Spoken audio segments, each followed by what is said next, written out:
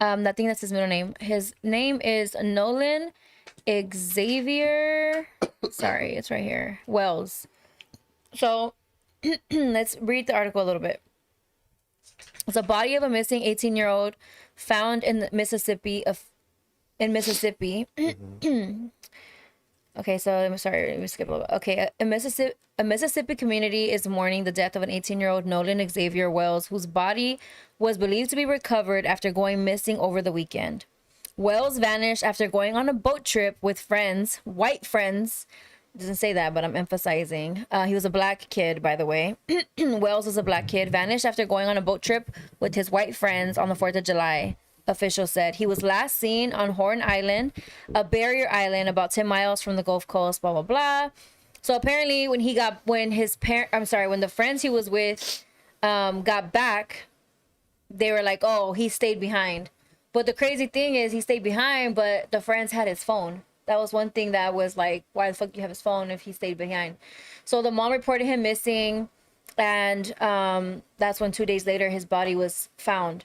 And then the more interesting thing about that is before his body was even found, all the kids that were involved, all his friends, they deactivated their social media account.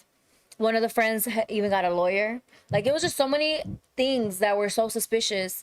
And obviously people are trying to push the story more because the fact that you guys didn't even know about it when I got here, so many people don't know about the story. I'm like, why the fuck isn't this talked about more? Because if he was a little white kid, it'd be all over the damn news.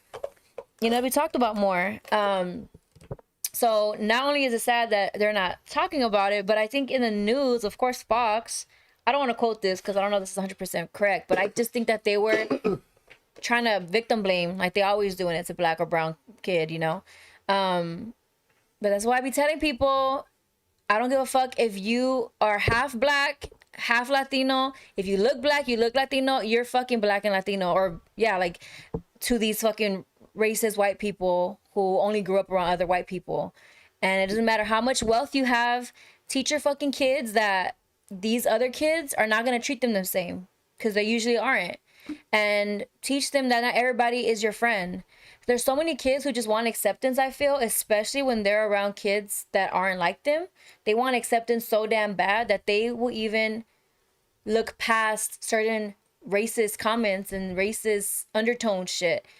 And it's just so important to teach your kids, like, no, like, I get that there's people who want to take their kids out of, I don't know, the hood. I'm not saying this will happen in his situation, but it reminds me of, you know, people that we grew up with that moved to other areas because they want better for their kids, which I understand, but then they don't teach that to their kids. Like, I'm sorry, you can fucking move to wherever the fuck you want to move to, but your kid still looks brown. Your kid still looks black. Teach them that they are, because I hate that whole color's not a thing. No, fucking color is a thing. I'm sorry, it is. Because to these motherfuckers it is. So it might also be a thing for us.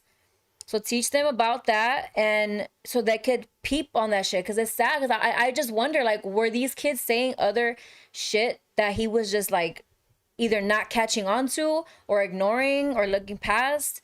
Because it's just so hard to believe that they never said any racist shit around him that could have given him, like, some type of, you know, I don't know what's the word, like, I don't know what I'm trying to say, but, like, did he see any signs that these kids were not really his friends? Because I just don't believe that it just went from them being super close buddies to, boom, they don't even, like, how do you not even look for your friend or tell him don't stay here? What the fuck? Even if that did happen, he wanted to stay behind, who the fuck lets their friends stay behind? You know? And it just pisses me off because it's not the first story we hear about this. There's so many incidents where same situation, one black kid or one Latino kid is usually a black kid with a bunch of white friends, and they come up missing, or he was hanged and, oh, he committed suicide. Like, this is all bullshit. And it's just really fucking sad. And it's also sad that it's not talked about as much.